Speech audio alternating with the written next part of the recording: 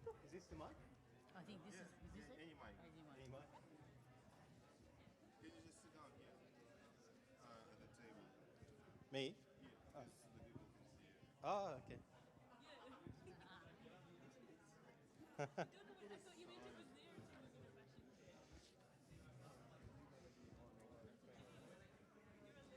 Jai Shri Mataji, can we all sit down now and we'll start the presentations. So we'll start with the presentations from Chris and Hari with the LITA and the trustees and the financials. And what's after that? I'm not sure. Who's And else there's- doing the financial? And we'll also have a presentation from Adam about the building work that's been happening. And then we'll have a talk about Sahaja culture and personal clearing and spreading Sahaja yoga. So it won't be a long morning.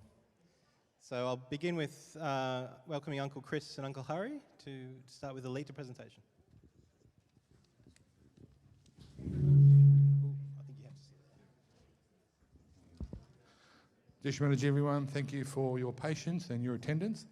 So this being a national seminar, every year as a trust we present both the finances and the activities of Life Eternal Trust in the past year to the collective, both from a perspective of transparency and sharing information about how your money is being managed on your behalf, but also activities also done on your behalf to advance the aims and objectives of Sahaja Yoga. So we'll start with the finance presentation.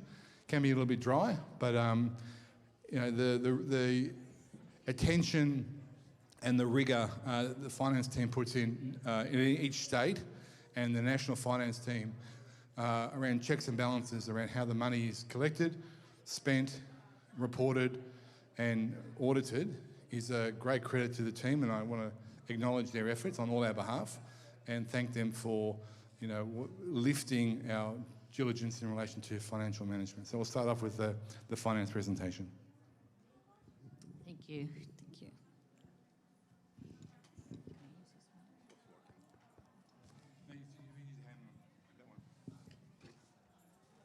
We prepared a presentation of the financial accounts for the year ending 2020, also including information requirements for the ACNC, the Australian Charities Not-for-Profit Commission.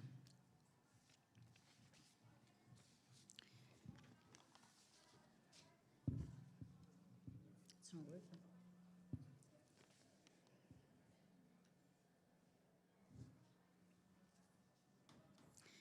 This slide shows a little bit of background information, and it's that Life Eternal Trust Australia is a non-profit charitable organisation registered as a tax-exempt charity. The Australian Taxation Office, the ATO, monitors compliance with tax laws and goods and services tax, GST. Life Eternal Trust has complied with all the requirements for the last 16 years.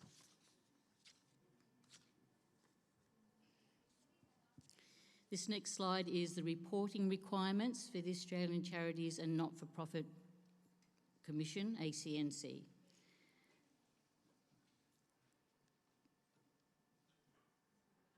We must have all our financial statements audited every year for the ACNC purposes.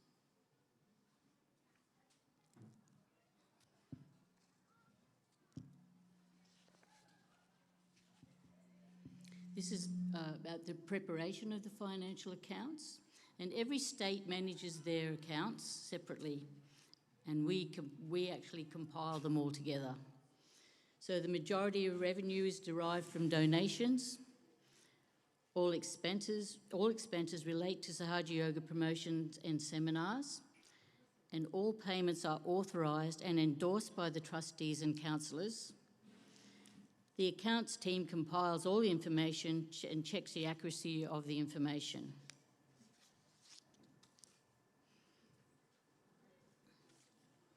The next slide is about preparing the financial accounts. And that includes collecting all the invoices from all the states and all the vouchers, checking all the ABN numbers and GST registration, Then we've got all the entry into the Xero program. And then we've got all the record keeping as well. And then the lodgement, compile all information for the lodgement for the quarterly BAS.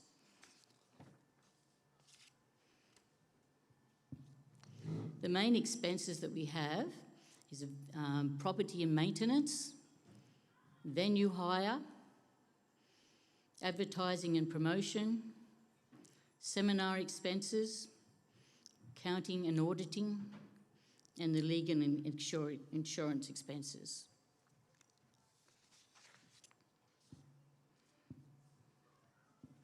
You can see from this slide that all the revenue that we've collected from the different states.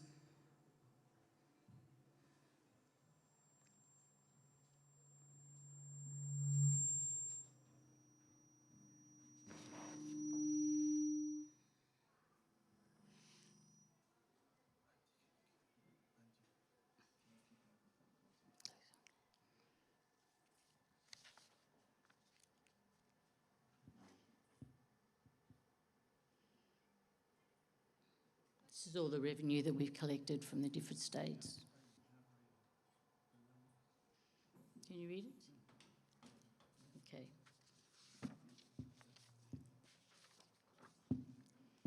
Okay, so for national projects, we've collected 115,164. New South Wales, $98,749.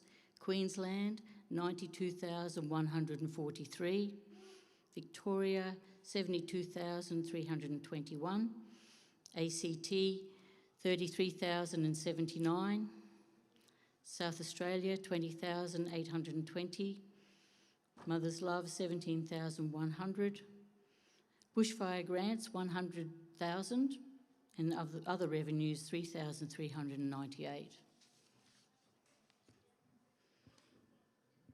And this is just a graph.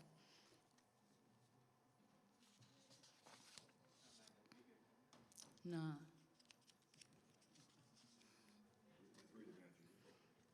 They're the same as I just read out. They're just the same as I just read out.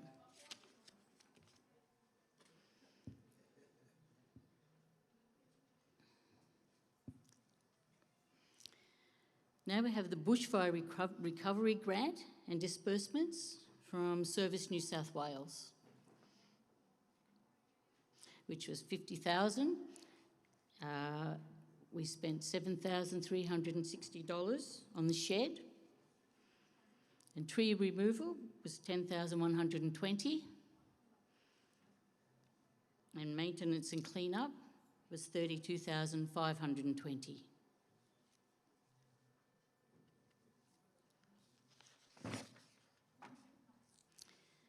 Now we have our Bushfire Recovery Grant and disbursements from the Commonwealth Bank, which was $50,000.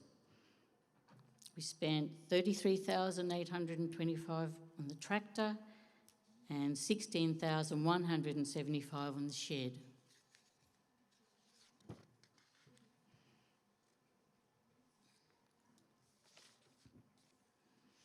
We have national receipts and payments.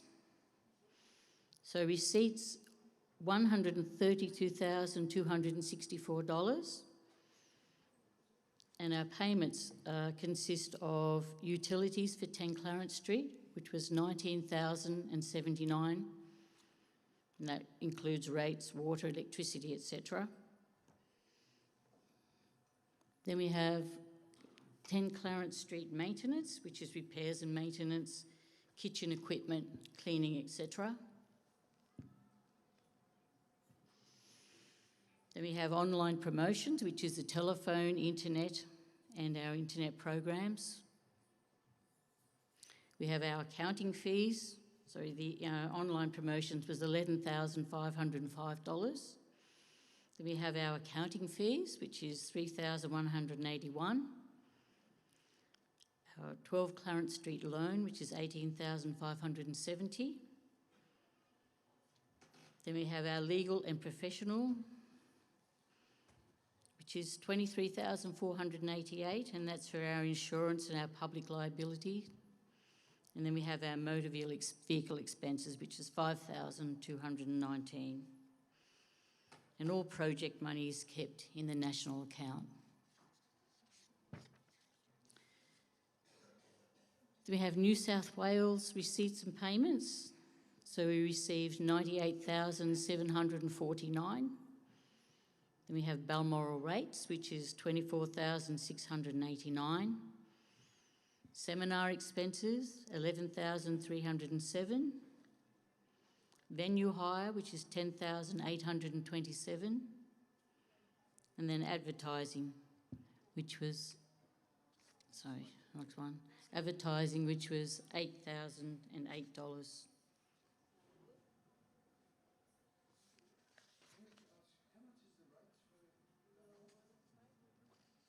We have here 24,689. Okay, moving on to Queensland. We have the receipts for Queensland. We received 92,143. And we have advertising and promotion, which was 22,550. And we have property maintenance, which is 17,662. Venue hire, which is 6,453. Seminar expenses, 5,538. And accounting and auditing, $597.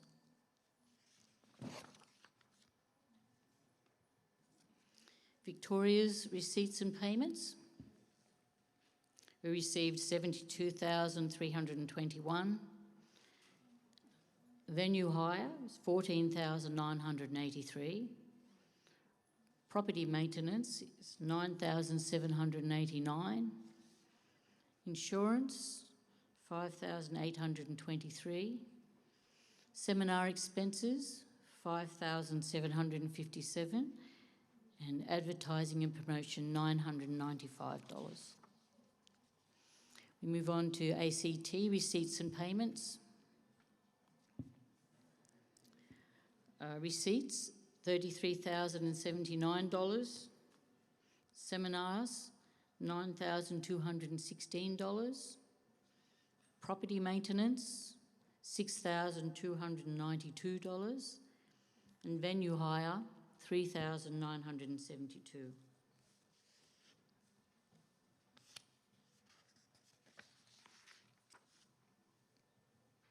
South Australia receipts and payments.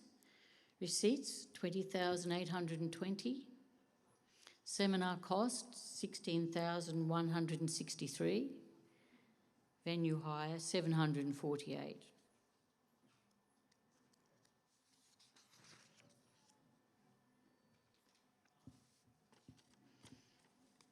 Western Australia is joining us for the first time. Thank you very much. So we have receipts, 24,710. Sahaja Yoga promotions, 11,338. And property and maintenance, 14,867.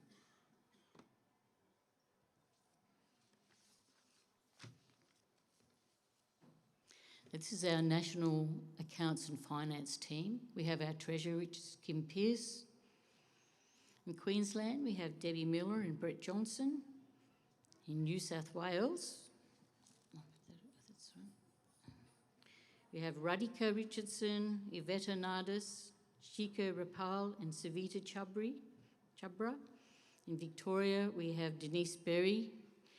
In South Australia, we have Sangeeta Noon. And in Western Australia, we have Tanya Mardesik. There's many more people that help with the accounts, get involved with the accounts and helping us, and we'd like to thank them very much as well.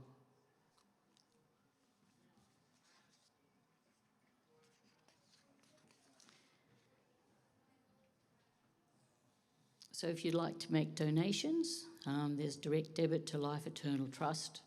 All the information's up there.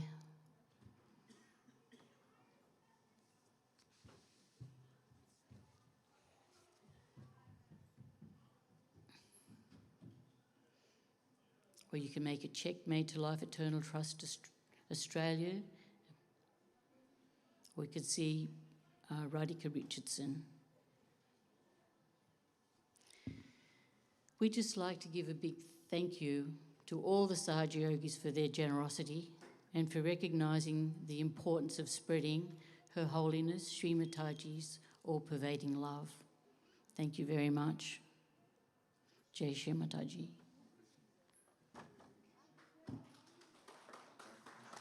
Is there any questions?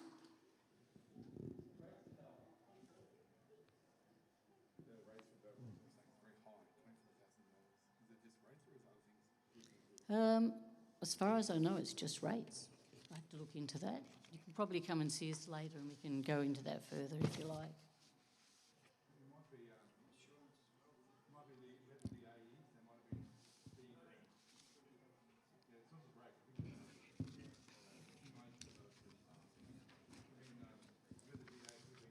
The rates. Go to the New South Wales.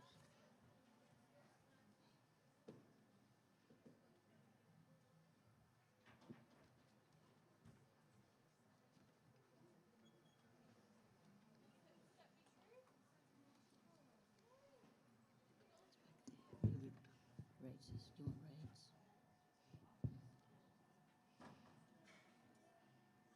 Rates and maintenance. Okay, rates, maintenance, Maintenance. and insurance. Yeah, so sorry, it includes rates, maintenance and insurance. Yeah. That's part only spent by the New South Wales. It's only what? The New South Wales spent tax. Yeah.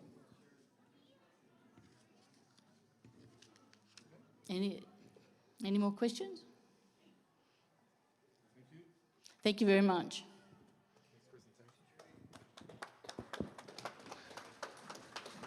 Again, thank you to Judy and all the finance team.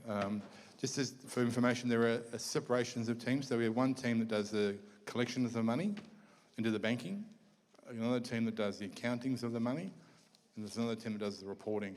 So the separation of duty at each point, so no one person can cover invoice, collection, accounting and reporting. And that way there are checks and balances between each of those functions. So there's a high level of independence. Yes? How much money do we hold in the bank? In balance?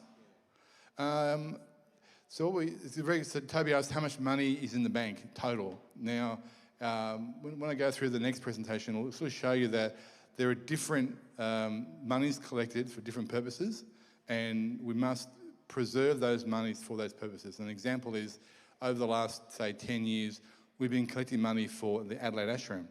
So that money is in our account. So you look at the balance, there'll be something like $200,000 in there, but that money is set aside for when we purchase the ashram in Adelaide. In a similar way, when we had the insurance claim for Balmoral, the insurance people came, they did an assessment, we did a negotiation. After 3 or 4 months, we agreed that they were going to pay us $365,000 claim on the damage. That money went into our account, but that money is also set aside for the Balmoral remediation project. So when you look at the bank balance, you'll say there's hundreds of thousands of dollars in there, but those monies have been either donated or accrued for allocation for a specific purpose. And the next presentation will go through each of the big allocations and what they've been spent on. Interesting to talk about the efforts for Adelaide this last 12 months. Yeah, we'll go through it's in our presentation. So, Can I ask one question, Chris? yes, you can. When you look at the financial reports on the ACNC website, and I'm just curious, how can it be that the accountant is the same people that do the audit? So the accountancy firm, Harry, there's an accountancy firm and there's an auditing firm. It's not same. The accounting guru is the accountant auditor, and one of their employee can do the ACNC thing. ACNC annual information report has submitted by our auditor, because auditors has to vouch that report is she has audited, and that report is put it on the ACNC website. So that's why It's the same, but the auditor has to put that thing there, not other person. No, our people are not included there at all. Only auditor. The auditor puts their report that's right. Yeah. Now it's a complete separation. This is because it's an external auditor. It's not internal auditor. It's external auditor puts it there. Yeah, that's open anyway. That's open for everybody to see. Yeah, no, that's because that has to be audited and that has to be external bodies. Any question they wanted to ask, they can ask them directly because that independence is there. Thanks.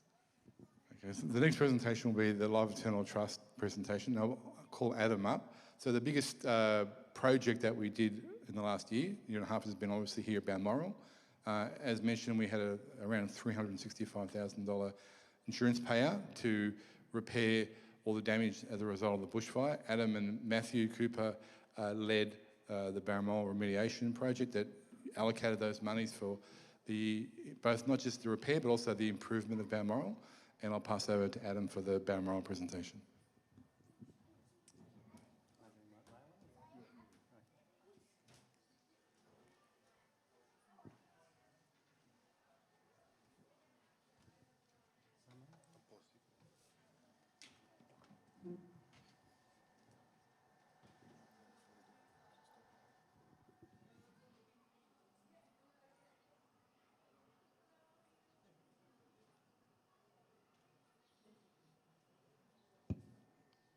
Jai Shri Mataji.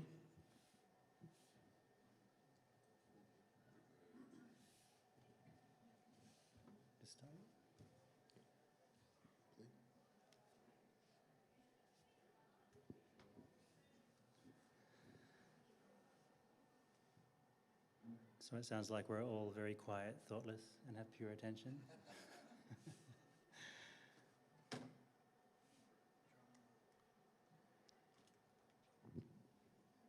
So here we're going to give a summary of the works that have been happening over the past 2 years on the property.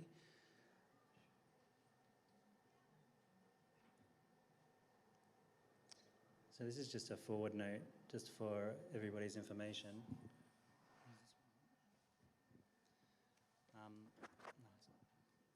All yogis involved in the developments on Mother's properties operate on heavily reduced rates by their own choice and often without monetary payment at all.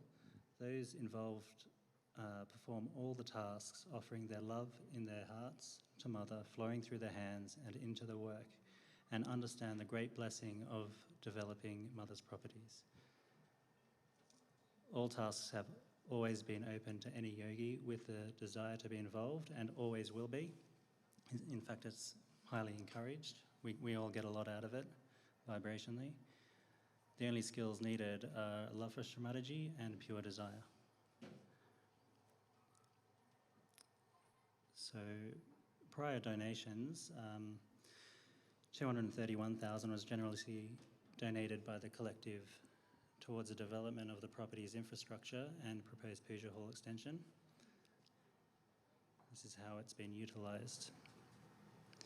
So almost 20,000 was spent on necessary planning and development application costs. That covers the development application costs for the infrastructure and the building of the proposed accommodation building. This is a couple of years ago now. Town planner involvement fees, engineer and other necessary specialists to try to get the development application through. 68,000 was spent on upgrading the wastewater management system. This is working in conjunction with the EnviroCycle management system that we've got. That one that we've got originally, it was designed for a household, a single household. So we have 300 plus people coming here for seminars. It was getting overloaded and couldn't process the effluent properly. So this is in conjunction with that. So all of the effluent goes into this first, which is a massive holding tank. It will cope with our 1,000 visitors once a year, and more than cope with every puja that we have monthly or even extra functions that we may hold. It isn't 100% complete. I'll go into that a little bit later, but it's functional at this stage. 42,000 was spent on a solar system with batteries, Tesla batteries. So based on the single phase cable that we've got coming onto the property, we are limited to 10 kilowatts. That's why we only have a 10 kilowatt solar array there. Ideally for this size property, we would need double that. We've got the 40 kilowatt hour Tesla batteries, which these Tesla batteries, one of them is designed to operate a household again for a day. So the idea would be the battery charges through the day from sunlight, and then throughout the night you would use the battery. So you end up having a zero electricity consumption off the grid. So we've got 3 of these, and the idea of having 3 is the right sort of energy consumption for what we're using right now for pujas and the seminar. So again, we'll be using solar power and part of the battery storage during the day, 100% of the battery storage during the night. For one puja, one night, it's perfectly fine. By the next day, the batteries still need the solar power to regenerate the batteries. So for these larger events, we're essentially only getting 1 charge out of the batteries. We would need to upgrade to having more solar panels to make it worth our while a bit more. But generally in the off-season, away from the Easter seminar, when we're using the property, say, twice a month, they work perfectly fine and offset our electricity consumption, so it'll reduce our bills heavily, if not 100%. So I can't remember the exact figure, but they end up paying themselves off within a particular amount of time, and then essentially we're not paying for electricity. It's a benefit to us. The other side of it, the other thing that I feel is very positive, is the impact on the environment, on the earth. I think it's very important for us to look at ways where we can reduce our impact on Mother Earth, and this is one of them. Not burning fossil fuels to generate electricity for our own uses, for our own enjoyment. I think that's a very positive thing. Moving on. So 14,600 was spent on equipment hire associated with the infrastructure upgrades, dangerous tree removal and reed removal in the dam. A couple of years ago, some of you may remember the whole dam, you could not see the water like that. It was completely overrun with reeds. So we've had that excavated out, and now throughout summer, it's enjoyed almost every weekend by Saj yogis swimming. 26,000 was spent on labour costs associated with the infrastructure upgrades and general maintenance and repair items on the property. So continuing with the donated funds, 50,000 of that funds are reserved for the incomplete 3-phase power upgrade, which is in process now. It's a lengthy process to try to get this upgrade through. Now, 10 years ago when we built the kitchen, we had quotes for this done because it was absolutely necessary. All of the electricians were saying you need to upgrade. Based on our energy consumption, we have to upgrade. At that time, we got the quote, it was over $100,000 to upgrade. And a lot of that went into upgrading the infrastructure in the street, which we would never own. 5 years ago, it reduced down to almost $50,000 because the energy provider did some of the work for us, put some concrete poles in, 3-phase cable, but not all the way down to the property. And then I'll get into it a little bit later, but the bushfire came through, and as awful as it was, it ravaged the area. It took out all of their infrastructure. 100% of their infrastructure in the area has been renewed. So the current estimates that we've got for this upgrade are $20,000. So yeah, it's a great benefit. So we're in process of getting that through now. But from the original donated money for the infrastructure upgrade, we've reserved 50,000. and that'll cover all of the on-site electrical costs as well. And just to give you an idea, you can see the points there of all the things that we've got to get involved. So the plan involves 3 phase of 80 amps. Normal houses have got 60 amp. Our current cable coming in is single phase 60 amp. And the last Easter seminar that we had, we were tripping that fuse. It was hot. It was a fire hazard.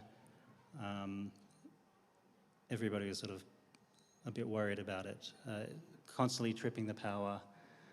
Every day, some of us had to go switch it back on several times a day, for example. So with the money left over from the 3-phase upgrade, we would like to upgrade the solar system as well and put another 10 kilowatts of solar panels up there, which will, I think, be the most beneficial system for us with electricity. It'll offset the electricity costs when we're not using the grid power for the large functions, and cycle the batteries a lot better. And within 10 years, I'd say it would pay itself off, and then we're making money for Saj Yoga.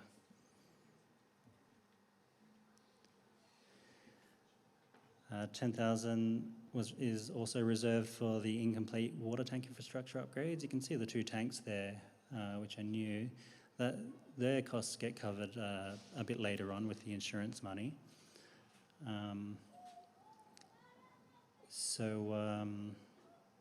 The 10,000 covers, we've only got a temporary connection to them now. We've still got to install a couple of water pumps and some more plumbing to make it a permanent connection.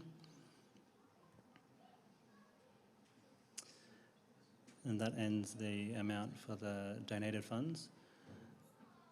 So this brings us to the bushfires, ravaged the area, but with new growth came some new blessings. The government gave, as previously mentioned by the finance team, the government gave a grant of $50,000 to Balmoral Ashram as a contribution towards replacing machinery and property maintenance equipment. The CBA also gave a grant for $50,000 to Balmoral Ashram as a contribution towards the construction of a new machine shed. So during the fires, we had 3 sheds with equipment in it and a tractor, and all of them were decimated. All of the equipment was destroyed, and a lot of this equipment was not covered by the insurance, as it would have pushed the insurance premiums up to an exorbitant amount. So absolute blessing that we got it. $41,000 was spent on a new tractor with 15 detachable implements. This tractor is miles ahead of the previous tractor that we had. It has already been extremely useful in all of the works that we've done on the property and saved us a lot of money. $102,000 was spent on constructing a 7-bay machine shed and workshop. Its status is 90% complete. We still have electrical to go in there, and a little bit of groundworks around the outside, along with putting some permanent shelving and organise everything properly so that on working bees and in the future, anybody can go there and know exactly where to get it, and more importantly, know exactly where to put it back.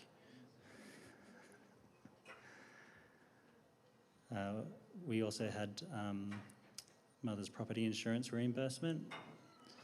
Through the property's insurance, Mother provided a reimbursement of $386,000 to go towards replacing all the items damaged by the bushfires and upgrade necessary items under Mother's desire.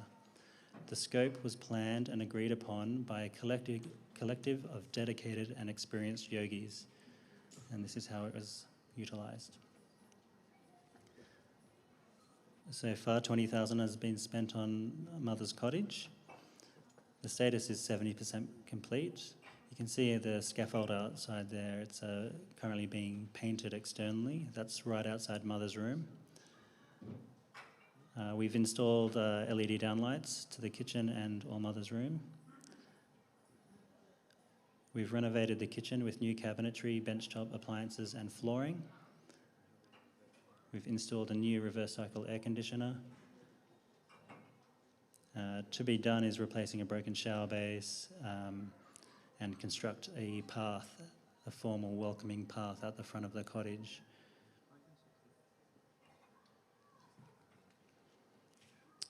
Some general items. So far, $9,500 has been spent and roughly 90% complete. We've demolished the deck, as you can see the boys in the picture there. That was damaged by the fire and is not worth replacing. We'll be getting rid of that caravan as well and putting a nice garden there. The pizza oven, the much-loved pizza oven down the back there was damaged. Some trees had fallen on it and it was collapsing down the base, so we've demolished that. There's been many skips worth of rubbish that have had to be filled and get rid of all of the waste from the fire, burnt materials and whatnot. So other items, replacing burnt garden sleepers, replacing the concrete head wall hit by the fire truck, which is at the entrance to the property. I think it was so smoky when the fire trucks came to save the property, they hit this small concrete wall which directs water around the driveway. We replaced damaged kitchen decking and chainsaw dangerous trees.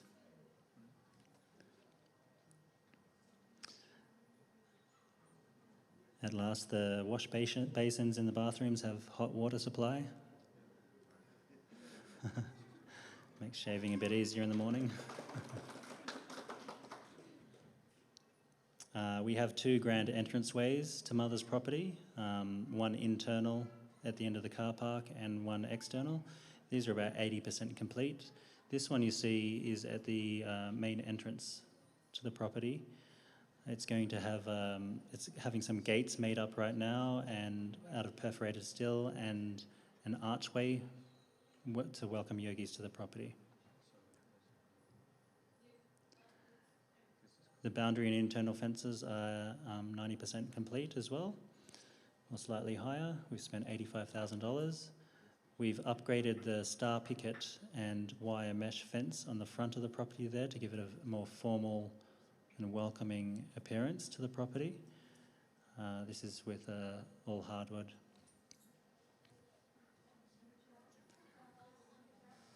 General electrical, we spent $21,000. This includes installing underground power lines, replacing car park lighting, replacing damaged power outlets, install lighting and power to the shed, install lighting on the walkways and some of the communal areas, which in other words were dark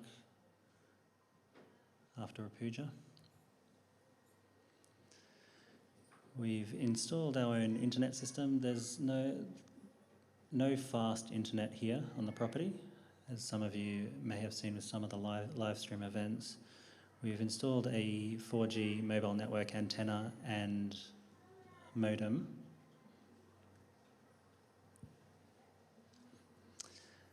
The water tanks, we've spent $12,000 on putting a new water tank in and replacing one of the bladders in the other water tank. So one of the water tanks was existing, which we purchased with some of the donated funds prior mentioned. When the fires came through, the flames didn't actually hit that tank, but the ambient heat is what melted that the membrane that's inside. The membranes start to fail at 70 degrees Celsius, with total failure at 140 degrees Celsius. That'll give you an indication of the heat that was around the property and in the property at that time. It's another form of proof that Mother has protected this property divinely. So each of these water tanks are 50,000 litres.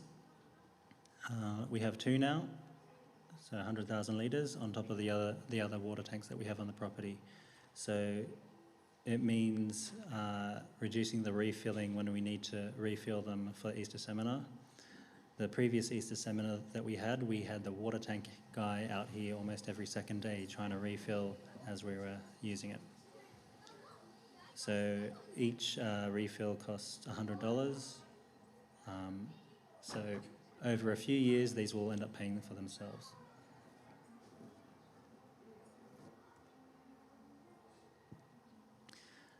The irrigation on the property, a lot of it was damaged by the fires, melting the sprinkler heads and some of the underground lines, which is very shallow underground. With the insurance money, we've set aside a portion of money for upgrading the irrigation as well as repairing it. So you can see a line of the irrigation along the northern boundary there. The irrigation is 75% complete. There's still a little bit more to do, but what is in there now is functional. The septic irrigation, this is part of the sewage infrastructure upgrade we were mentioning before. These have now been done twice. The lines were installed, then the bushfires came through and destroyed all of them. So obviously Mother wanted us to put a bit more vibrations into the earth there. So they've been redone very well. It's 80% complete. Just a few more things to nut out, some valves and things to put in there to make it 100% functional. Landscaping, we've spent $7,700. It's 70% complete. We have decided to put a formal garden in front of Mother's cottage, as if Mother actually was there, which she is. It'd be nice for her to look out the window and see a beautiful garden. At the moment, they all look very small, but it's going to grow up to be a gorgeous, beautiful garden, as designed by our horticulturalist, Jacob. So we've also put privacy screening hedge along the northern boundary fence line. That's adjoining the neighbour's property. Before, we had a large hedge there that was destroyed by the fires, and it was quite beneficial when we have clearing workshops and things. It creates the necessary privacy. We are also planning on putting a semi-screening plantation along the western boundary fence line. That's along the road, basically, to give us a bit of privacy, but beautify the property. There will also be an avenue of trees along the southern driveway. That's as you enter the building. Again, welcoming yogis to the property and giving a nice vibe. A formal Havan area and altar has been made by the dam.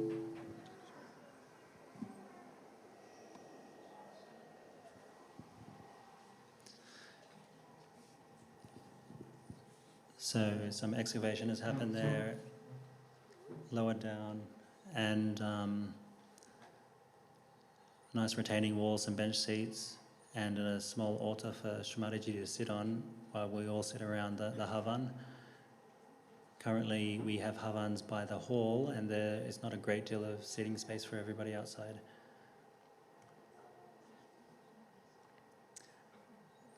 Kitchen equipment, $6,000 has been spent. There was a damaged and unsafe fireplace. The door had fallen off. It was all rusted out inside from heavy yogi use. So we've replaced it with this very efficient fireplace, which is working a treat and being enjoyed already. New hygienic workbenches and food preparation appliances have been purchased for the kitchen. The old ones were outdated, and there was a lack of workbenches for the larger seminars. They're currently being used at this seminar.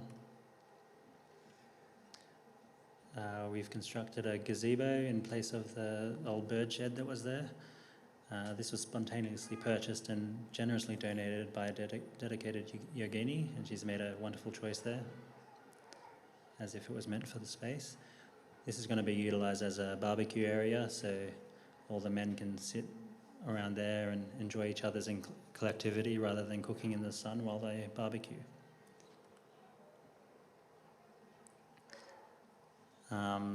Operational equipment, $4,900 has been spent. So we've got a new chainsaw. It's a high-powered chainsaw for the property, which is absolutely necessary. We've got a brush cutter, which is a next step up from a whippersnipper, basically. Whippersnipper probably won't cope with the property's demands. We've got a cement mixer, mobile scaffold towers. Now, you saw in the picture of the scaffold towers outside Mother's cottage, that's the old scaffold tower, and it's not very user-friendly or safe to use. You've got to be very proficient at constructing scaffolds and working on them to use that one. So we've kept safety in mind and purchased new scaffold towers, which almost anybody can use safely. And they're very lightweight. Shovels and wheelbarrows, as destroyed in the fire, have also been purchased.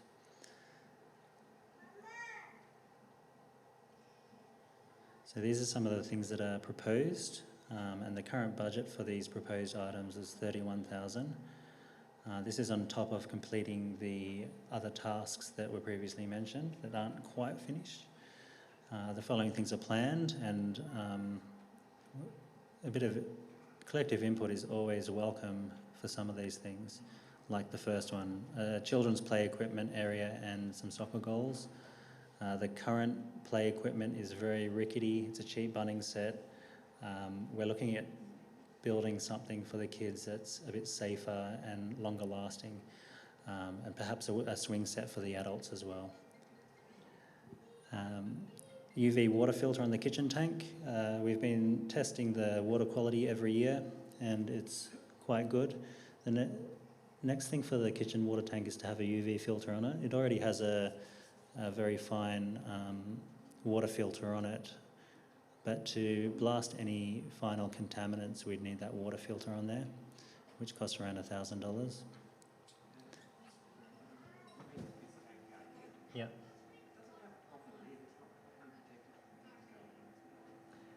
All water tanks are like that.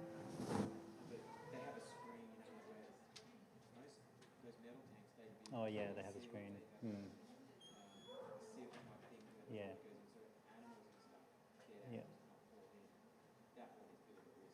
Yeah, that's true. Yeah, sure. Yeah, so Toby's just mentioned putting some screening on the input of the water tank, so no debris can go in there. There is a semi-filtration system of a first flush system on all of the gutters, but this isn't a 100% answer, so I think we'll factor that into the scope, putting a screen on there, as well as having the UV filter. So the UV filter will be beneficial if something, say, does die in the gutter or, defecates on the roof. Any bacteria from that that's washed into the tank can then be essentially nuked by UV rays, and we'll have safe drinking water. It's been perfectly fine, I must say. Only when it hasn't rained for a long time, there's been some minor stomach upsets, but this will safeguard us for the future, I think. In the kitchen, we've got a range hood in there, but it's not connected or completed, so that's in the scope. We have a fantastic new gas oven, commercial oven, that only has a temporary connection to gas bottles and is portable. We'd like to fix that permanently in, and the kitchen needs a bit more shelving. There is a proposed deck to go at the hall entrance to allow for spillover of the large pujas. Certainly the Easter seminar or Easter puja, there's so many people here that people are out in the field anyway because it's too many, the hall can't cope. The field is a step lower, so they actually wouldn't have any visual view of Shri Mataji. Building a deck there will mean that they'll be able to sit out there and see. Also, with the any future COVID restrictions, which mean that we have to sit further apart from each other, it gives us more space to be able to actually attend the puja. We've got 2 storage containers, the big green storage containers, just in case nobody's noticed them, out at the entrance to the hall. So the plan is to relocate those over by the new shed. They will still be used as storage, as we have a lot of gear that needs to be stored for our larger events. And finally, organising a shelving system and a workbench in the shed to keep everything in order. That brings us to the end of the presentation. Thank you, Shimadaji, for the opportunities of growth, collectivity and development of your glorious property and ourselves.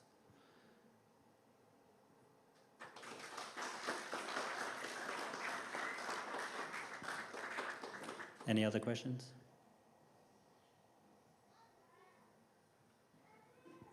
Nicely thoughtless, beautiful.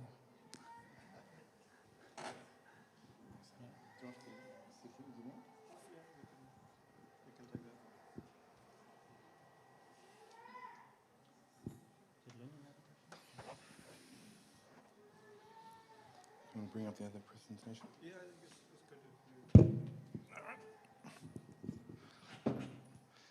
Bring us to the last presentation, which is the Life Eternal Trust Australia presentation for our activity for the year. It obviously covers what Adam has just covered, but there's a summary in that slide as well. So if you bring up the presentation. So this presentation will cover Balmoral, Burwood, Adelaide, Gitchaganup, and some of the legal work that we've done.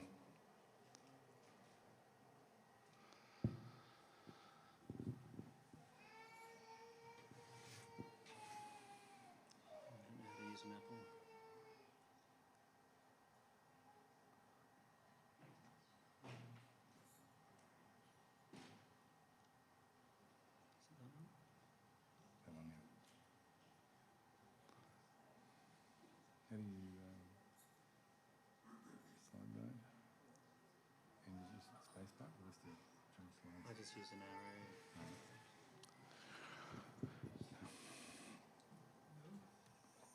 So as we covered, so Balmoral, Burwood, Gitchaganup, Adelaide, and some of the legal work that we've done.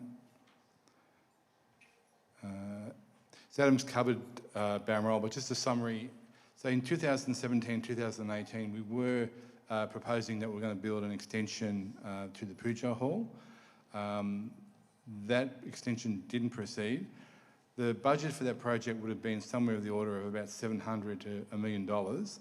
And the first around $200,000 of that project would have been to upgrade the infrastructure here at Balmoral to convert it from a primary residence into a facility that can support 300, 500 people for an event.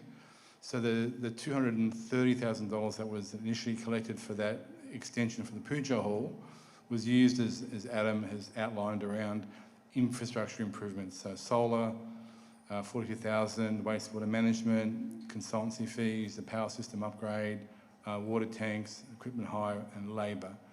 And basically all of that infrastructure upgrades, the money that was used for, has set up the property to be able to support seminars like we're hosting this weekend. And as Adam outlined, the power line from the main property, from the main line to here, was always overheating and was a fire risk. So things such as that, the water treatment system on Easter weekends was overflowing with pure effluent, which is a health risk. So these infrastructure projects were absolutely essential to set us up to be able to use the property. As Adam outlined, the next part of the project was the bushfire recovery. We received about $380,000 from our insurance payout, and we also made two loan grants, one to the New South Wales Government and one to the CBA. So we got an additional $100,000 of grants to help recover Balmoral. These are the major items that Adam's gone through as part of that project. As you can see, some of the large items, $85,000 in fencing, underground power lines, water tanks, the new tractor with $41,000, the new work shed, $102,000, and other costs, landscaping. The work shed has completed from the perspective of we've had the council come out and inspect the work shed and certified as completed. So the DA that we lodged for the remediation project is officially coming to an end, with some further works that Adam and the team will complete. And again, commendation to Adam, Matthew, Paul, Simon, and all the people associated with the project. It's been 18 months of hard work and dedicated work, much of it done on weekends and free labour on their parts to not only recover Balmoral, but to see it improved from what it was before. So well done to the builders and their team.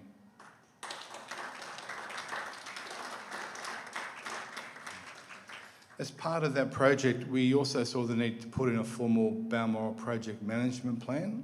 And what that was aimed to do was to be able to define what's needed to maintain Balmoral and not to assume that the poor old caretaker has to do everything that's needed to keep the property functioning. So this plan sort of tries to highlight some of the duties that the caretaker can do, but also some of the duties and responsibilities that fall to the collective, such as areas of property maintenance, major infrastructure improvements, and discuss future possible works, both with the caretaker and a group of people that are interested in keeping Balmoral developed and progressing. And we see this project plan as being a good step forward to help define the role of the caretaker, but also the collective responsibility in maintaining our property.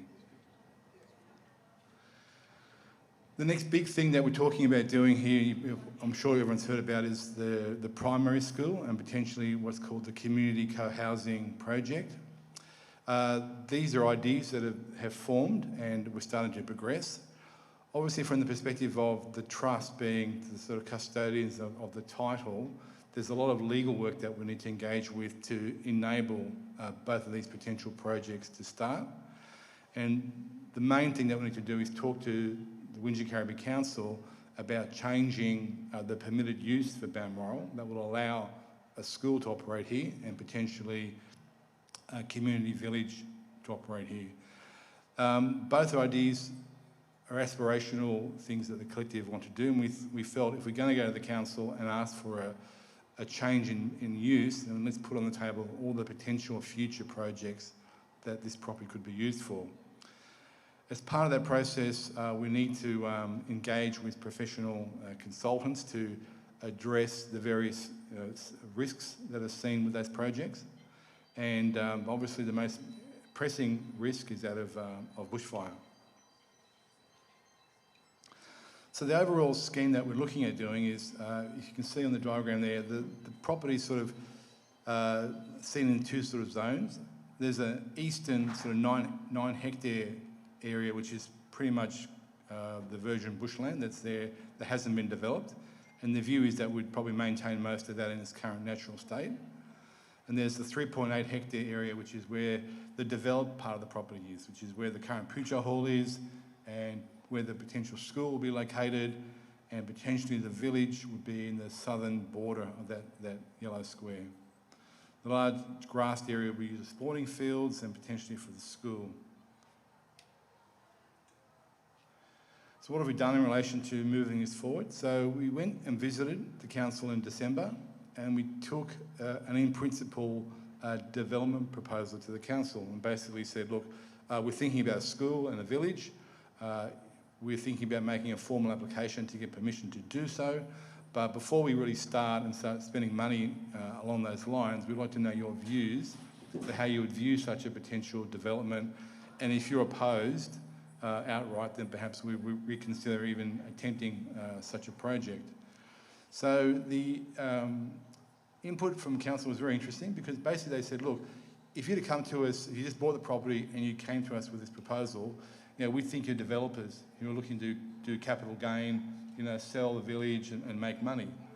The fact that you've been in the area for 25 years and the general consensus from the local community is that, you're good neighbours, you contribute to the community, and what you do is respected. So when you come to us with this proposal, we're taking you at face value. So we're seeing your intentions as positive and that we're not seeing any ulterior motives about you. The fact that you're proposing a boarding school, they say in this area in Wingecarribee, particularly around Barrel and Mittagong, there are a number of large private sort of boarding schools in that area. So having schools and boarding schools in this vicinity is something that, that we're used to, and we see it as in keeping with the council's vision for the area. The community village is obviously something that's a little bit different. And when we explain that it won't be a title hold, that the land will be kept by the trust and it'll be leased to the village, so there'll be no private ownership of the land associated with the village, and it's done both to provide an alternate way of living for our practitioners, but also to better utilise the nature of the property. And basically the outcome of that meeting was that we understand what you're doing, come back with a formal proposal, and we'll assess the proposal based on the merits of the application. But they said there are three major obstacles. One is the bushfire mitigation strategy you put forward. The second one is the impact of the ecology. And the third one is the wastewater, because this is on a secondary water catchment for Warragamba Dam. So no untreated effluent can go into the water table. So if you could produce three reports that address the needs for a school of 50 to 100 kids and maybe a village with about 10 to 12, 20 sort of small townhouses, we'll assess the application. So we're starting formally with those three reports: the bushfire report, a water report and an ecology report. So we had some on-site meetings with some of those consultants, and the initial bushfire report has recommended that a school can be established here and the bushfire risk can be mitigated with the right construction methods and the right location of the school. So basically, the reports that we are commissioning give us hope that the application that we make can be successful. Next one's a Burwood update. So as you know, we've been restricted from using Burwood as a meeting place. That's been in place for coming on to 2.5 years now. We have a legal team working with our lawyer to see what we can do to try and get around the restriction and perhaps re-establish meetings at Burwood again. We met with the Mayor and the Town Planning Department of Burwood Council, and the consensus view was that we needed to make what's known as a community use meeting application for Burwood. So basically we have to formalise our use of the property. Up until now, Burwood is a residence. The council have known that we've used it for meetings, but they basically turned a blind eye to our use. But once a formal complaint was made and the council came and inspected, their assessment is it's a fire risk for having that number of people meeting at Burwood. So basically we put together a community use facility application that has been submitted to Burwood Council, and it addresses fire, traffic, noise, parking, building codes, all the different things that the council will ask us to satisfy for having Burwood as a meeting place are covered in this report. The physical limitations of the building are such that if we are successful, meetings will be limited to about 75 people.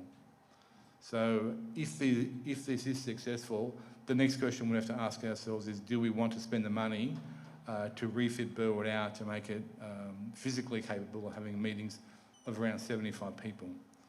So this application has been made, and at least gives us a pathway forward if we do want to reconsider going back to Burwood and the conditions about how we would do so.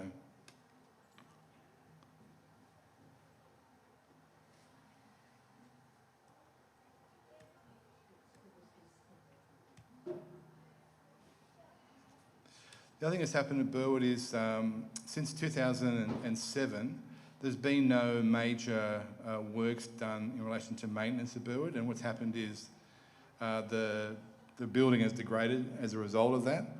We've done a building inspection report recently that's looked at some of the major things that need to be done. One of the major issues, if you notice in the meditation room in the back left-hand corner, it's starting to sink, and it's because there's a drainage problem in that corner of the house, both in the meditation room and also in what used to be Sir CP's room. There's sort of a drainage issue, there's rising damp in that corner of the building, so some major works would be needed to try and rectify that problem. There are some maintenance problems in the laundry and toilet building, and general repairs around the property. So the assessment is there's about $150,000 of maintenance work that's needed to be done to Burwood. So we haven't progressed beyond getting a report, but yeah, we'll start to look at least some of the critical work that must be done to maintain the integrity of the building. A Gidgegunnup update. Similar to Burwood, there's a regular maintenance regime happening in Gidgegunnup. You may not know there is a trust in Western Australia. It's in addition to Life Eternal Trust Australia. And the background to that was there used to be trusts in each state, and then Shamanergy indicated that Australia was one country and we didn't need all these state-based trusts, so we moved to dissolve all of them except we kept the WA trust. And there was a legal reason for doing that, in that in the National Trust deed, there's a dissolution clause that we needed to add that said that if the National Trust, for any reason, was wound down, it needed to be another body it could transfer its assets to that was of a similar nature and purpose to the National Trust. So we kept the WA Trust to be the target for the dissolution clause if ever, in any circumstance, the National Trust was, for some reason, needed to be wound down. So the WA Trust was maintained, and the WA Trust maintains Gidgee Gunnup on behalf of the National Collective. And they, similar to Balmoral, they have a regular regime of maintenance, and post their bushfires, there's some repair work that they need to do to maintain the ashram, both to repair the damage, but also to mitigate the risk in the future. And a very nice gesture that the WA Collective did is they went and visited the 11 fire brigades that actually came onto Gidgee Gunnup and helped save the property during the bushfire risks. And they did a personal visit. They prepared hampers, which they gave to the fire brigades, and they also raised some money to help each of the fire brigades, with their plant and equipment. The bottom right-hand corner is how close the fire actually got to the ashram before the fire brigade came on site. The great news is the collective raised $2,454 personally, and a further $1,000 was donated by the collective for a grand total of $3,462 that was split up and donated to those 11 fire brigades. So a big thank you to the WA collectives, both for the money they donated and for their efforts on behalf of thanking those fire brigades, which I think is a very credible gesture on their part. So thank you to the WA collective. Brett mentioned the Adelaide Ashram project. So Shamanergy has gone on record of saying that she wants an ashram in Adelaide, and she has tasked the Adelaide Collective with establishing a permanent place to meet, both as a centre, an ashram, and a place where they can meet for their regular programs. So they've been looking sort of informally for 10 years, but seriously for the last 5 years. As you know, there's been a fundraising raised that collected $223,000, $443 that's been donated towards that purpose. During those last 5 years, we've got very close, I think on 5 different occasions, to bidding for properties to purchase. And as part of that bidding, $14,000 and $866 was spent on contract reviews, town planning consultants, building and pest inspections. So that leaves a balance of $208,000 remaining for the ashram.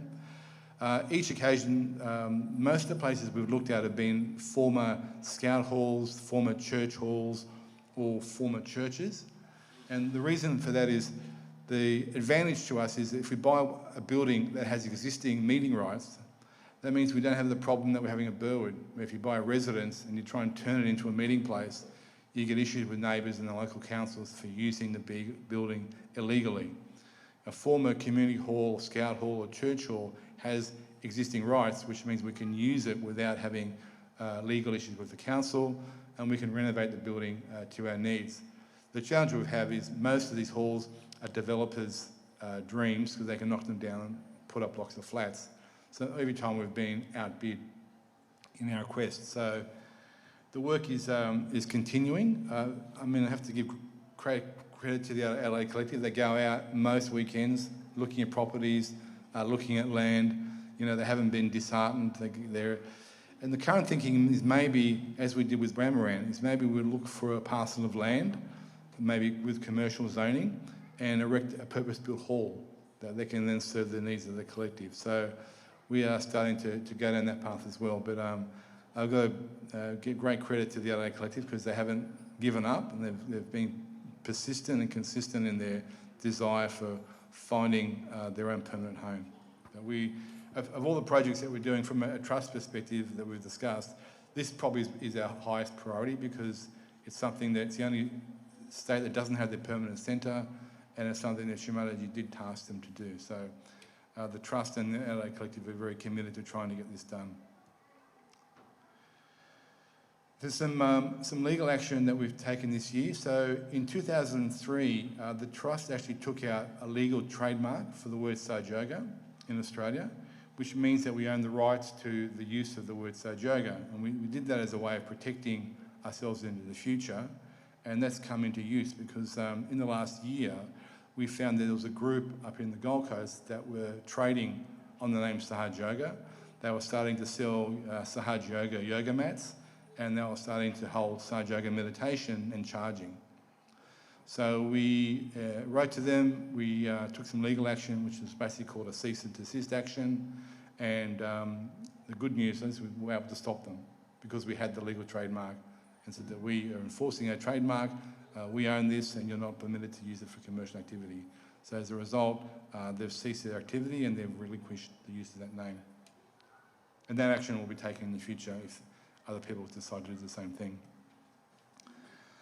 This is a summary of the 7 properties that are owned by the collective around Australia. About a year ago, we started an exercise where we wanted to actually cite the original titles for those 7 properties because each state has its own land titles department and its own banking system. So a lot of these properties had loans and the titles were held by those states' land titles department. So we started an exercise where we went out and we tried to locate all the original titles. And to our surprise, we couldn't locate the original titles for most of our properties. So, cut a long story short, what had actually happened was a number of the properties, the mortgages had been paid out, but they hadn't actually been discharged, which meant the bank, even though there was no mortgage being paid, the bank still had the title in their keeping. And when we wrote to them, they weren't very keen to release those titles. So we had to instigate some legal action from our lawyers. We had to formally write to each of the banks. And the long story short is after a year of work, all 6 titles, there's 1 mortgage left on number 12 Clarence Street, all 6 titles are now being released, discharged, and are now in safekeeping in our legal firm Hunt & Hunt in North Ryde in what's called Safe Store. That means they're stored safely in the legal firm and they can't be lost, destroyed, burned in a fire, and they're kept there in perpetuity for that safekeeping. Number 12, Clarence Street, has a mortgage still outstanding, a small one, and once that's discharged, it will also be kept in Safe Store for our future. And that's the end of the formal presentation. Happy to take any questions.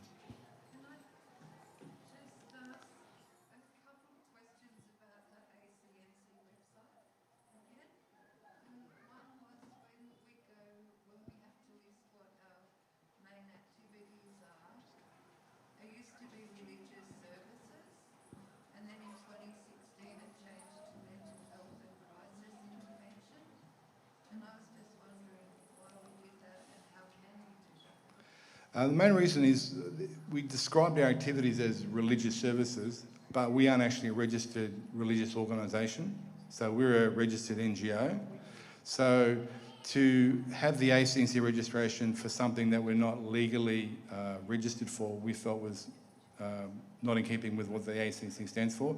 So the ACNC had categories of services that described what we did. So in talking to the ACNC and describing the sort of things that we did, we agreed on a definition of services that we both agreed best fitted a secular view of what Sage Yoga is.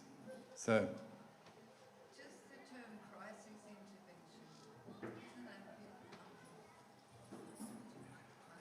it's a case of, again, trying to find the best category within a very narrow definition of services that best fitted what we described that we did. And again, in discussion with them, it was agreed that we felt that was the closest definition that would describe meditation, some of the medical research that we did, and some of the interventions that we do in hospitals and other areas. So that was why that decision was made. You had another question?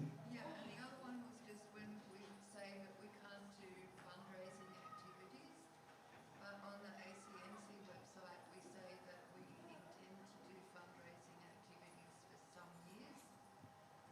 The fund, we are allowed to do fundraising, so it's not absolutely correct to say that we're not allowed to do fundraising. Some of the permissions that we have is allowing us to do fundraising, and also as part of the nature of our definition, I might pass on to our finance expert.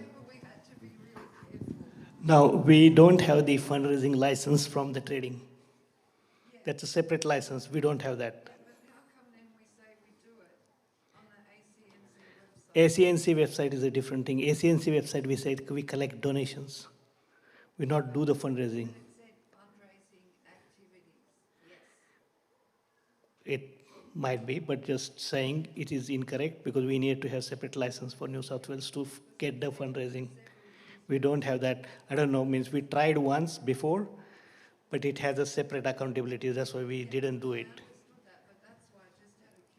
Yeah, no, means look, now regardless of we got 2 government grants, government and private grants, we will look into that to get the real proper fundraising license because we can. That's it. No, it's okay.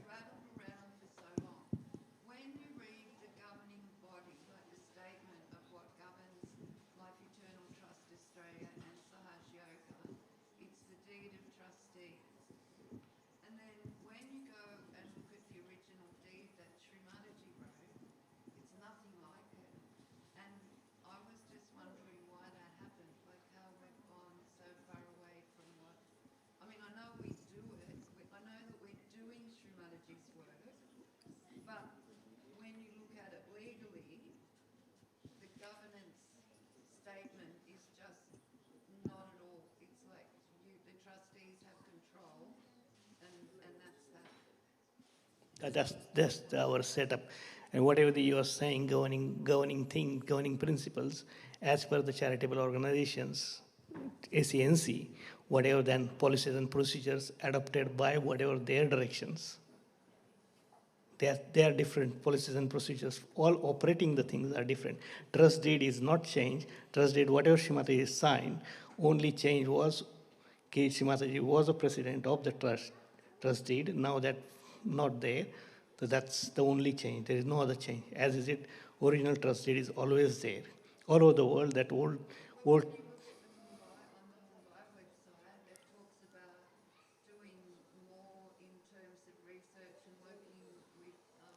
because they have the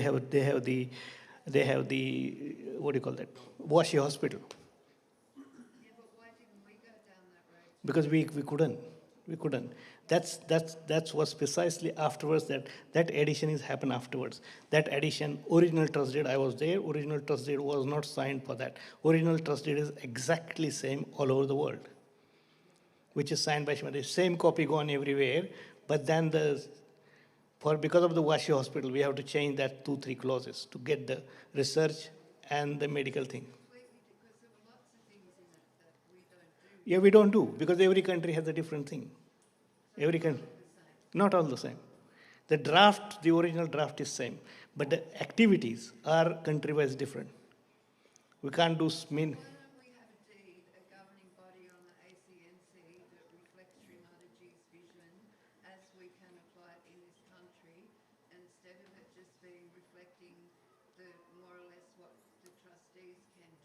Trust deed is.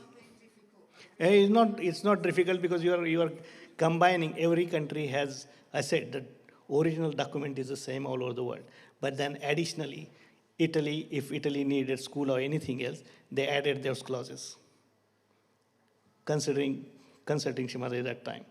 But the original, that 10 pages are the same, which is signed by Shrimati. But not on the ACNC website. ACNC website, whatever the requirements are there, that is put it in there. You don't put extra thing to the government. Whatever government asks, we give. We don't give extra something to them to say whatever it is. Whatever their requirements are, their requirements, we fulfill. Yeah, there is a lot of confusion. I know that. If you compare all those sort of things, then this sort of thing happen. Yeah. No, it's not opposite. You haven't read it properly. No, I'll go through you. Okay. No worry. Jai Shri Mataji. Are there any other questions? All right. Just to read, I mean, one thing that, just to put it in context. So, as Hari said, the original trustee was the aims and objectives that Shri Mataji created is the aims and objectives of Sahaja and that the trust upholds. Yet that was drafted in 1987 and we're now in 2021. So between 1987 and 2021, such as the ACNC, such as the OSR, as the ATO, we had to change some of the legal clauses in the trust deed to make it compliant with non-government bodies as of today. And we've explained this before, but one of the key things is Hari and I are no longer, and Craig are no longer trustees. The only trustee of Life Eternal Trust is Life Eternal Properties Australia, the corporate trustee. And the reason we did that was in the 1987 drafting of the trust deed, the trustees have too much personal power over the assets of the trust. So to reduce and protect the assets from the trustees, a corporate trustee was appointed, LEPA, and Kari, Craig and I are now directors of LEPA as the corporate trustee of Life Eternal Trust. And there are further obligations on directors than there are on trustees. So based on the best legal advice, the trustee, LEPA, and the conditions have been modified to make the trust more current with legal law and also to provide greater protections. So the whole point of adding a dissolution clause to the trust deed is without a dissolution clause, in the prior version, if assets were to be dissolved, there could be at the discretion of the trustees or the directors.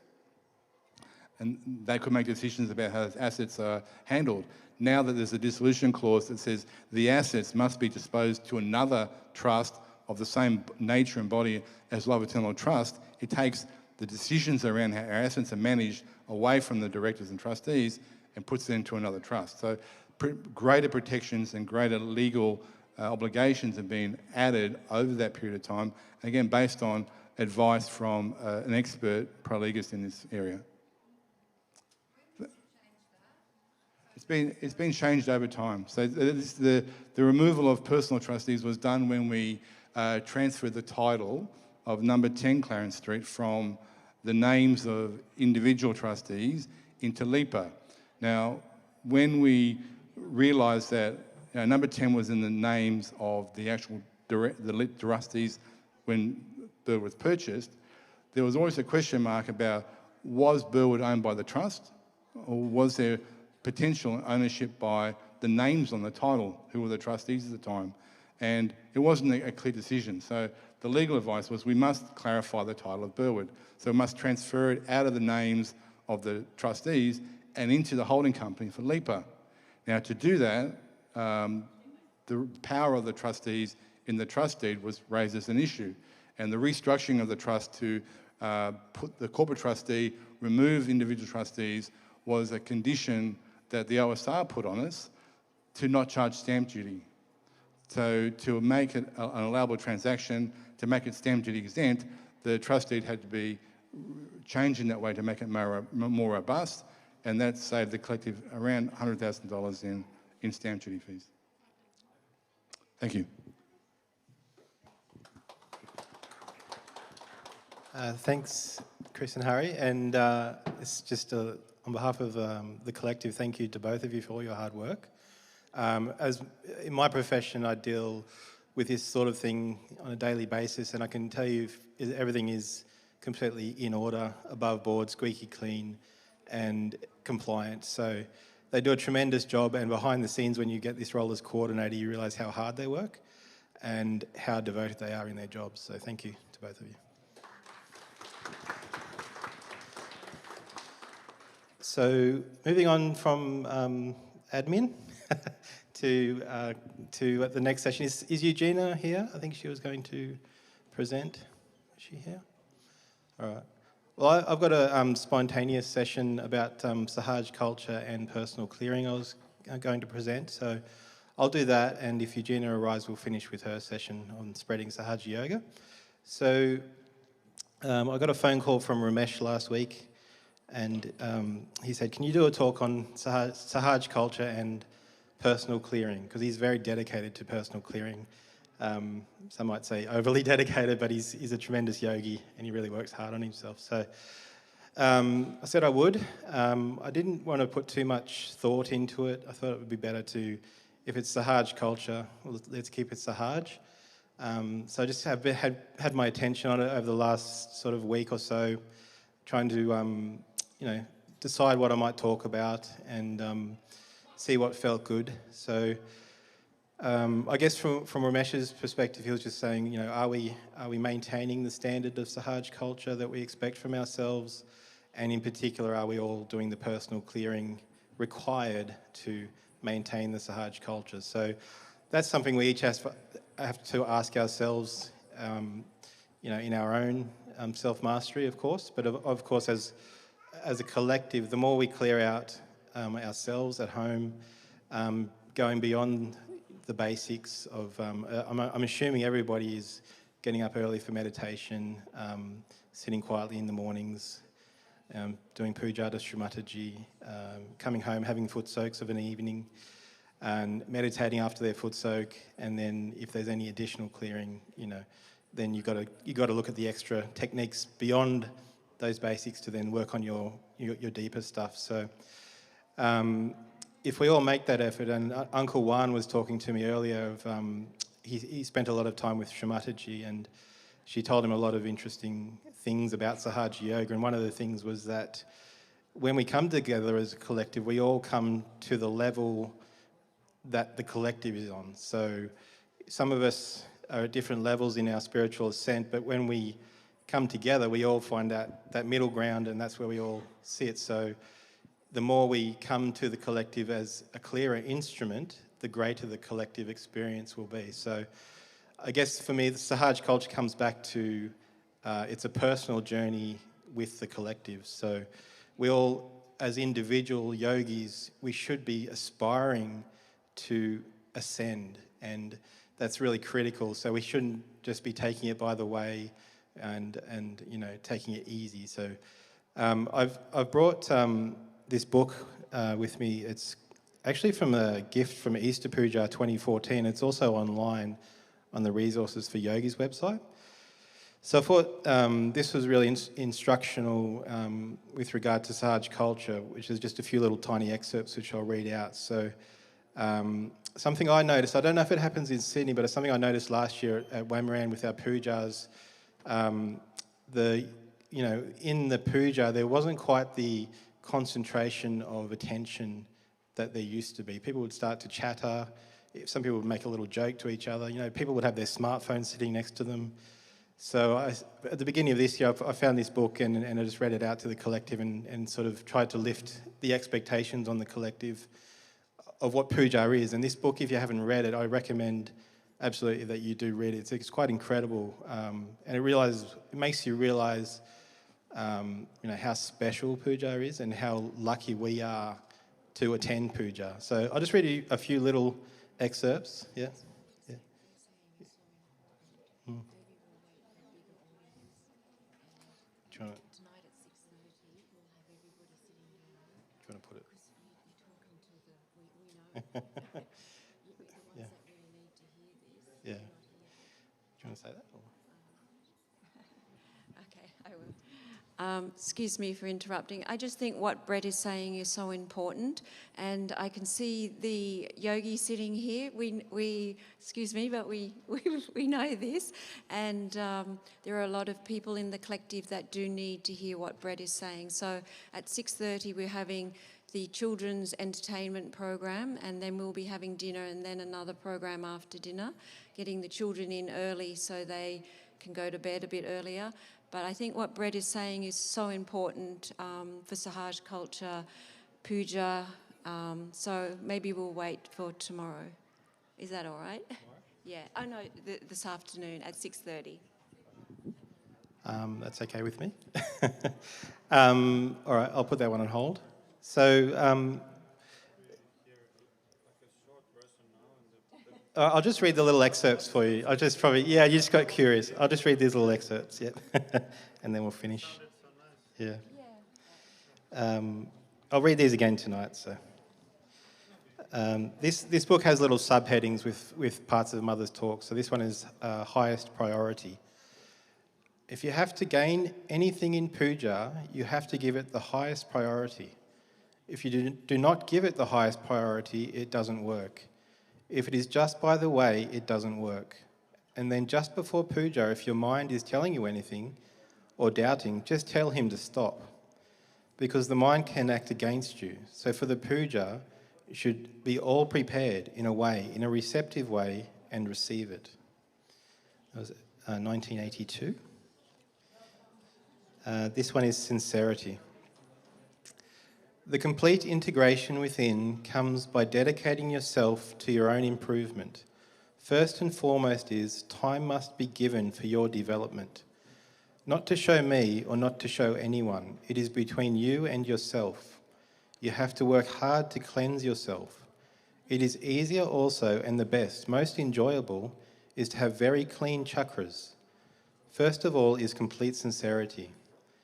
Are we sincere to ourselves? Sahaja Yoga is the union between you and God, and the sincerity must be full, must be complete. So you must know that as your mother has sincerity about you, you must also have sincerity about yourself. Then you will start enjoying Sahaja Yoga. That was 1980. And the last one is my favourite. This is receptivity. And this, just listen on to this one because it's quite remarkable what Srimataji says. So, in puja, all your chakras will be awakened. It's a very deep experience. So come with an open mind. Keep yourself open with a receptive mind and don't talk in the morning too much. Just take your breakfast and come with a calm mind. When you are doing puja, receive it also. Be in thoughtless awareness when you are doing puja, completely concentrated and receiving. But people are talking, are moving about. That is the time the nectar is oozing out. You just receive it at that time with full devotion. If you feel the vibrations of my chakras at that time, you will realize that even the minute, small little wheels in my body are moving at different speeds and different dimension. And I really don't know how to explain it, but you see, it creates a melody. You have to receive it, and it is a melody individually suitable for every individual. And when you receive it, it triggers in you the state of infinity. So at the time of puja, you must know that all your attention should be on reception. So yeah, that's a few little excerpts from that book of Mother's quotes about puja. So I'll save the rest for this evening, and if Eugenia has arrived or not arrived, no? So we might just finish with a little collective meditation. So I'll just guide us through a little collective meditation, and then there'll be lunch soon, there'll be choir practice after lunch, and then it would be nice to have a collective clearing session while the choir is practicing. So we might have a shoe beat and possibly a foot soak in the dam together would be good in the afternoon before the entertainment program, so we have a good meditate. So yeah, we'll have a little meditation, and that'll be our presentations finished for the morning. Let's all bow down to Srimataji and take Bandhan.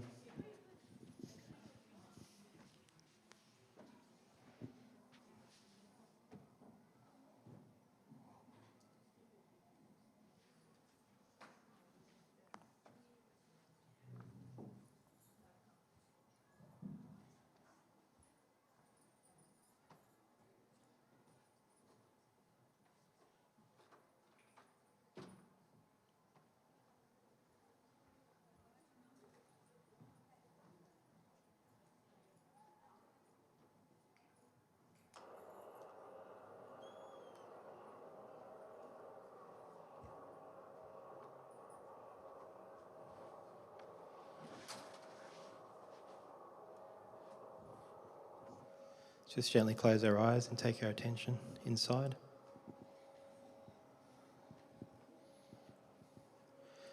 If we can just stop chatting now, just for a little bit. If we just place both hands on the Mother Earth, we'll take 4 mantras to Sri Ganesha.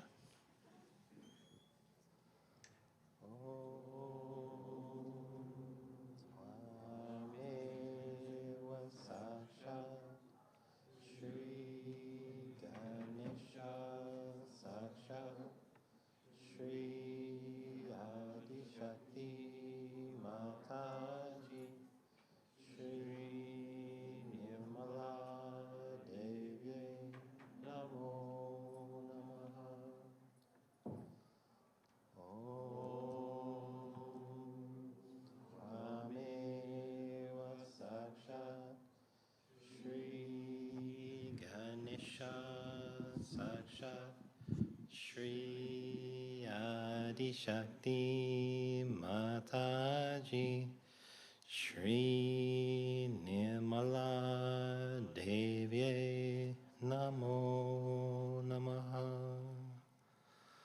Om Tvameva Sakshat Shri Ganesha Sakshat Shri Adi Shakti Mataji Shri Nirmala Devi Namo Namaha. Om Tvameva Sakshat Shri Ganesha Sakshat Shri Adi Shakti Mataji Shri Nirmala Devi Namo Namaha. Let's keep both hands on Mother Earth. Keep our attention at Muladhara.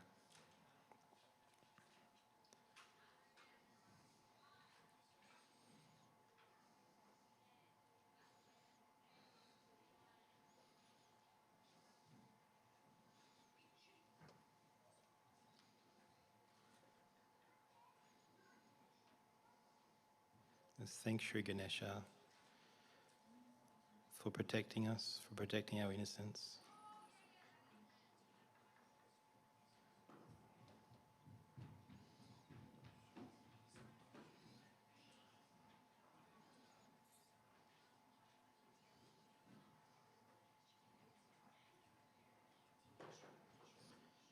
Let's bring our right hand on our lap, leave the left hand on the earth. We'll take the prayer to awaken Sri Ganesha.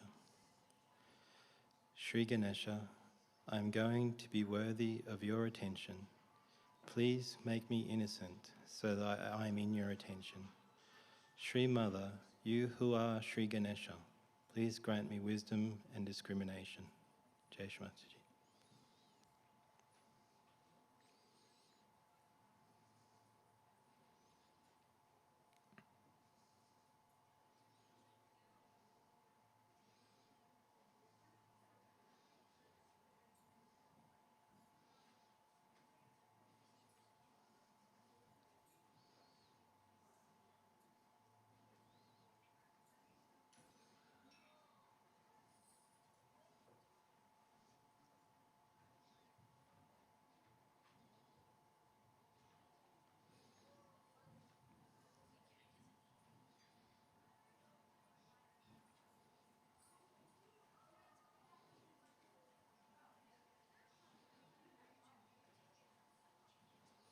Bring our left hand back on our lap. And let's take the right hand across our forehead and take the Lord's Prayer. Our Father, who art in heaven, hallowed be thy name. Thy kingdom come, thy will be done, on earth as it is in heaven. Give us this day our daily bread, and forgive us our trespasses, as we forgive those who trespass against us. And lead us not into temptation, but deliver us from evil. For thine is the kingdom, the power, and the glory, forever and ever. Amen. Mother, I forgive.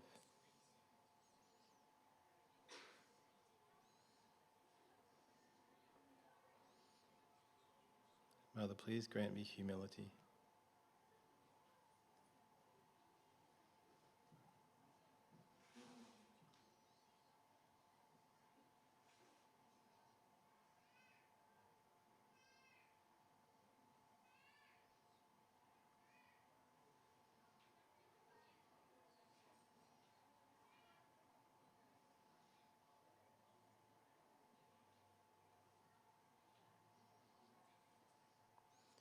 And just take our thumb and our pointer finger and just pinch the bridge of our nose and just put some pressure on the bridge of our nose. We'll take the mantra to Sri Hamsa Chakra Swamini, and as we do, just slowly release that pressure. Om Tvameva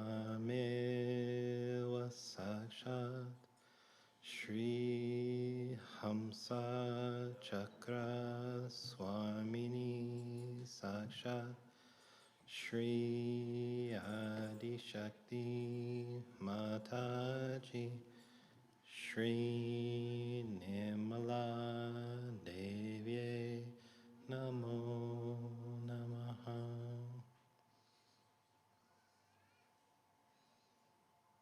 Let's see how our attention is now.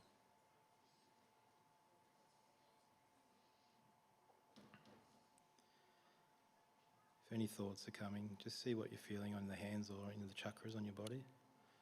And just say to Shrimataji, I surrender this to you. Just put your attention on each one. From your heart, say to Mother, I surrender this to you.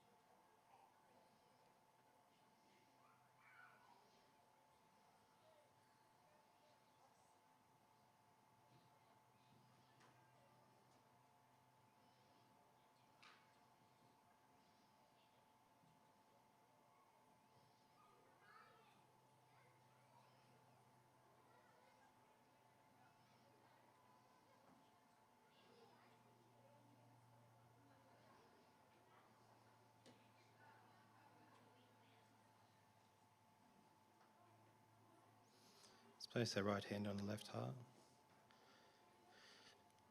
Let's say the prayer, asking Mother to come into our heart. Mother, please come in my heart. Let me clean my heart so that you are there. Put your feet into my heart. Let your feet be worshipped in my heart.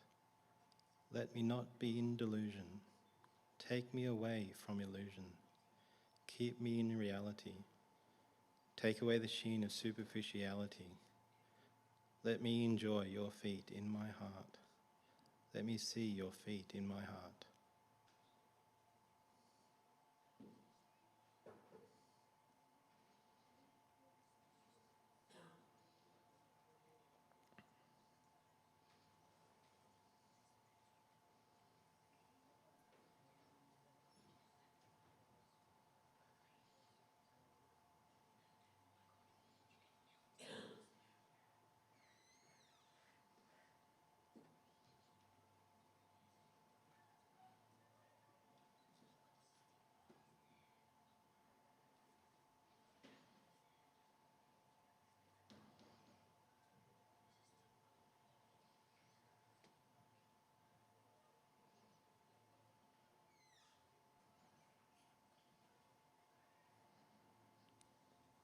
Let's just place our right hand on the Sahasrara.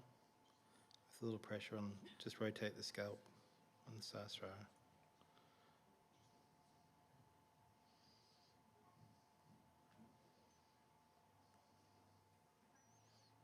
Just raise our attention above, top of our head. We'll take the mantra to Sri Mahatahamkara. Om Tvameva Sakshat Shri Mahatahamkara Sakshat Shri Adi Shakti Mataji Shri Nirmala Devye Namo Namah. Shri Nirvichara. Om Tvameva Sakshat Shri Nirvichara Sakshat Shri Adi Shakti Mataji Shri Nirmala Devye Namo Namaha. And the third great mantra. Om Tvameva Sakshat Shri Kalki Sakshat Shri Sahasrara Swamini Moksha Pradayani Mataji Shri Nirmala Devye Namo Namaha. Everyone can just meditate for as long as they feel and then finish when they're ready.